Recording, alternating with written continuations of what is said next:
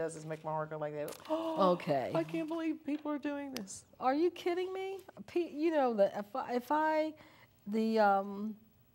I get all kinds of scamming email daily. You know, people are, you know, anytime you're dealing with email, and we all do, you know, with email, with business and personal stuff, and when you send something out there, it's out there for somebody else to grab. Okay, it's not just going to the person that you're sending it to. It's out there, and if somebody is watching your IP address or whatever, and they know where your stuff is going, then they know what you're doing. They know what you're talking about and what you're doing, and they grab information, and they use that information to then craft or carve a way to rip you off. All that energy into something negative. Isn't that amazing? It's so amazingly It's amazing. sad. It is amazingly sad. But that's what we're dealing with nowadays. That's what we're dealing with, absolutely. But like I said, a lot of these scammers are promoting their scams in churches.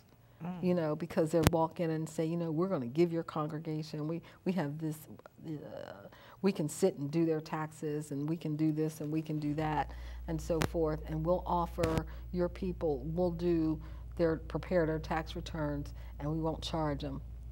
And, you know, nobody's checking these people out, okay? And they're sitting down, and if they're going to prepare your tax return, you have to give them your name, your address, your date of birth, your social security number. Oh, well, do you want your tax return to go directly into your bank account? Oh, that would be great. Here's my bank, here's my routing number, and here's my account number. They have everything. So they can just rip you off before you even know it. Okay? So you really, really, really, really have to be careful. So churches, please be careful. I was getting ready to say, please. Let me just say that one more time. The churches, and you know what, there are other places other than churches that this is happening to. Absolutely. Because it's organizations. Absolutely. And they're organizations where people trust. They put their trust in an organization that they're doing something wonderful for them. And yet these are scammers setting up a business to take your money. And they target the poor and the elderly. And they target the poor and the elderly, and they work at it. You know what I mean? It's like they're perfecting it every day. They are perfecting it, and they're using technology to what they think is their advantage. You know, and so forth. They do eventually get caught, but before they do, they've wreaked havoc in your life. That's exactly, right. And they leave you all alone. All alone, right? Yeah. So one of the things, and because this has been so prevalent, not just with seniors, you know, but with everybody, but particularly with the poor and seniors, because they just don't know. But, you know, there are a lot of people who don't know. Like you said, organizations try to help. Well, we'll get your tax return done and you won't have to pay us, you know, and so forth. And some of them are legit. I don't want to make it sound like, some are legit. You know, but there are enough of them out there that aren't. But it would behoove us to, you know, do that research. And find out. Well, you know, what is right and not right. Exactly. Let me just help your audience understand how they can educate themselves, because everybody may not be able to find their way into downtown Pittsburgh to IRS. IRS will now require, and I think I hit on this the last time I was here, IRS will now require anyone who prepares a tax return who is being paid to prepare that return to be certified as a professional tax preparer. So that means that they have to have what is called a P as in Paul, TIN, a preparer's tax ID number, okay? And in order to get, well, it used to be a few years ago that you could get what we call the PTIN simply by filling out your name, your business address, phone number, and sending it in to IRS, and they would then send you a PTIN. Now, they are requiring anyone who is a paid preparer to take a competency examination, okay? And probably have to pay for it too. Oh, big time. And now I've had a PTIN for years at no cost, because I've been doing this for 30, 40 years. I started in kindergarten. Thought I'd throw that in there. See, she's using my tactics. She taught me that. She's using my tactics. Okay. Anyway. She started when she was 2. Yeah, right. So years ago, you got a PTIN number. IRS recognized you as a professional. PTIN, Preparer's Tax ID number. Okay. And PTIN. PTIN. Oh. Right. Okay. And IRS would list you as a professional tax preparer and so forth. And, the only way that they would eliminate you or snatch you from being a paid preparer is that they started to receive a lot of tax returns that were wrong. Okay. Well, over the past year and a half, they started receiving a whole lot of false, fake, and incorrect tax returns. And as a result, tax professionals, because I belong to a professional association, so we have our conferences throughout the year, and we sit and we talk about what's going on with taxpayers, and we're able to identify to IRS when people come to us and they've been ripped off or something fake has happened, then we can report that to IRS and say, this is like crazy. You got to do something, okay? And so what they've done as a result of all of us, I'm talking about the organization. It's a national organization of tax professionals that I belong to, and we have identified enough problems, enough of the riffraff that has happened, that IRS has said, okay, here's what we're going to do. Everyone who is a paid preparer will now have to be qualified. They'll have to be certified. So no more getting your brother and your sister and sister-in-law and brother-in-law. And number one, we have, and the test that you take, you have to pay for that test. You have to pay to take the test. You now also have to pay every year. You have to renew your PTIN, your Preparer Tax ID number, and it's like a $65 charge a year now, okay, to prepare it. Tax deduction, but you still got to pay it up front. All right.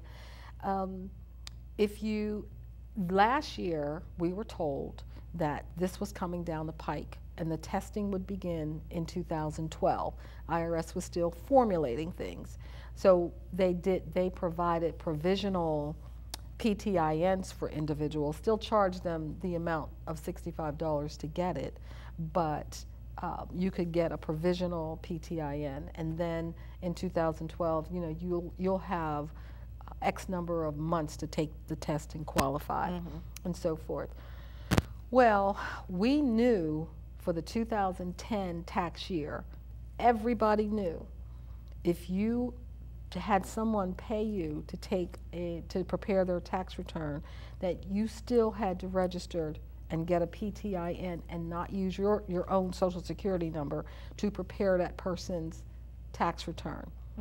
There are over 100,000 preparers who did not get a PTIN and prepared tax returns in the 2010 tax year.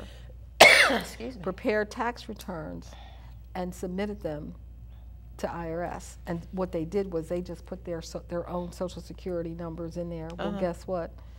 IRS is... Now they're in trouble. And so is the taxpayer. Oh, because their tax they return, didn't submit them in a timely manner because they don't accept them? The tax return, they call them ghost preparers. Okay. And they're trying to protect the taxpayer by saying, look, don't let this person Don't let this person, don't let anybody prepare your tax return. If they come to you and say, you know what, we'll prepare your tax return and we're not going to charge you, you can say, well, thank you very much. May I have your PTIN number? Can I see how you're registered? You know, you're registered with IRS. I just want to, just want to check it out. And if they can't provide that, don't let them do your tax return. Right. Okay. So don't keep yourself. And the reason that these people are not getting these numbers, probably because you have to be legitimate to get the information that is coming down the pike. Oh, absolutely. You know, so they don't get the information, and so they're still doing wrong things. Well, we only have a few minutes left, so. Okay. Is there something that you want to leave us with? Why do I have to even ask her to tell us this? Because she, at the end of the show, she blows my mind. Like, what? Why do you begin with that? She does it all the time. Well, so is there anything that you feel like, wow, let me not let this moment end until I tell them what? Well, I had some other things, but those I started with the most important. Okay. I mean, there are other things like the educational credits. How, who qualifies? You got a lot of people out there that's going back to school. They're in their 30s, 40s, 50s, 60s, and so forth, and they're going, me when I was in my 40s, going back to school in my 40s. Going back to school. Oh, okay. I'll come and see you. Right. There's the education credits. What they are, who qualifies for them. How long can you go back? Well, there's no age. I mean, how long can you go back to amend your thing? Well, if you went to school. You can amend your tax return going back 3 years. Oh, yeah, that's right. Okay, you can amend. What to look out for in terms of tip income. A lot of people don't like to report their tips. Waitresses and waiters and so forth don't report their tips on their tax returns, which is not a good idea. So, you know what I mean? Okay, but I'd started with the most important thing so that I wouldn't end with the cliffhanger. I know, because she does it all the time. Right. I'm so used to it. I know. So watch out for the scams. That's the thing. Just be aware. I'm not saying don't be a trusting person, because we're trusting people. No. You just got to be alert. You have to be alert. You just have to be alert. Because people are after everything. Exactly. And everything you have. Exactly. And realize that just because someone puts up a name, and I won't call any names of the tax services, okay? And you feel like, well, I'm going into this office, so it must be okay. You make sure that person who is preparing your tax return is registered with IRS as a legitimate tax preparer. Wow. Okay? That's because the service cannot get the PTIN number. A person has to get it. The person has to get it. Now, how do you check something like that out? You ask them. When you go in, if you're going to use that service, you find out. You ask them, like, are you, do you have a, That's Here right. she goes again, giving us more information and make us like, oh no. That's right. But I'd like to thank Michelle Alexander for being here today and you're welcome. Making us become more alert. Huh? I love that commercial. Pays the doctor's voice. What does it say? The little birds. Yeah, Pays the doctor's voice. That's what this does. It pays. Pay yourself. Yeah, pay yourself. Absolutely. Thanks, Michelle. You're very welcome. And I hope that you'll, take all this into consideration and pass it on to your loved ones and your friends, okay? And I want to thank you, Michelle, for being here, and thank you for watching. Yes. So bye. Bye. Bye-bye. Oh, that's you. Okay.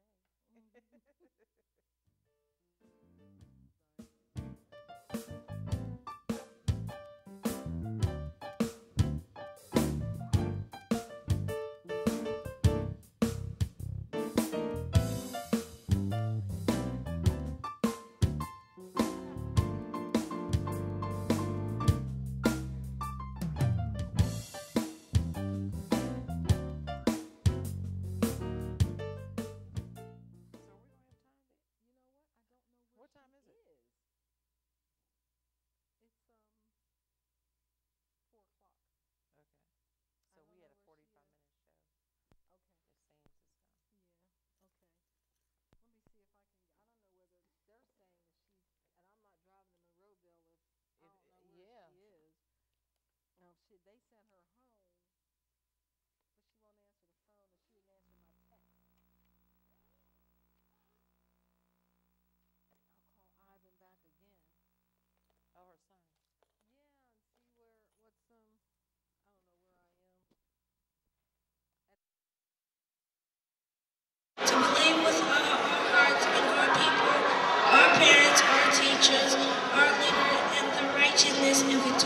strongest. In order to have faith in yourself, in your country, and your family, I have faith that I will soon be able to do things that others do. I have faith that my country will take care of people, kids, the way she is do. And I have faith in my family. She takes care of my family the best way she knows how. In my family, I know that she always will love, and I love her for that. Imani means faith, and I have faith in the world. All right. Is that everybody? Okay, give it up for the 7 principles of what they mean to young people out of the mouth of babes. All that intelligence. All right. Now, wrapping up the safe passage children's segment. Is Brother Cornell over here? Okay. All right. We got a special treat for y'all. One of the brothers in our oldest group, the Moorish Empire, he wrote a very nice rap. You know, we got to bring some hip hop to the table today. He wrote a very nice rap paying homage to Brother Rashad. So we're going to bring him out here in a quick second, in a moment. I got another quote for y'all that represents unity. And it says, so powerful is the light of unity that it can illuminate the whole earth. And here he is right on time. All right, y'all, give it up for Brother Cornell Brown. About to set the microphone on fire. But now I take dance lessons. Hey, I like that. Brother Rashad is a great man. He does everything he can so we can see the light. Brother Rashad is a great. Hey, peace. Good afternoon. Barigani. This is Brother Knowledge Murphy from CEA's African American Leadership Institute, and I'm here with the brother, just explaining a little bit about who I am, what I do, and why I'm here, and why Kwanzaa is such an important celebration for black people. First, my name is Knowledge Murphy. I work with CEA. I'm the youth coordinator at African American Leadership Institute. It's a program for young men ages 12 to 21. It's a leadership program. It's also a rites of passage program, and it's a paid internship as well. So the brothers get paid to learn about their history and about black culture and about politics, the law, different aspects and components of life. We meet every Tuesday and Thursday at Duquesne University inside Fisher Hall. Basically, we're introducing the brothers to African history prior to the slave trade. All of them have heard about what happened to us and the low points that we went through, but none of them know about the glory of the things that we did prior to that. So that's what we've been touching on since August. The program was funded by the Heinz Foundation. It is a 2-year project. So we're just completing year 1. We're about to go into year 2 right now. This Kwanzaa celebration is being put on by CEA, CEA being Community Empowerment Association. And why Kwanzaa is such an important celebration is because due to the mere fact that as black people we lost our history and culture, our language, our ways of life. This is one of the only ones that we as black people get to celebrate who we are, where we came from, the people who got us to the point that we are, and where we're going. And so today being the first day, we're discussing and we're expressing unity to all the members of the black community, all the members of the black family. So this is a very historical and important day. And I'm glad to be here with Kaka Bruce. We're discussing the history of black people and how we're going to share it with these young brothers through video, through media, through multimedia, any way that we can to stuff it into their brains. That's the bottom line. We need conscious, aware, cognizant, and competent young men.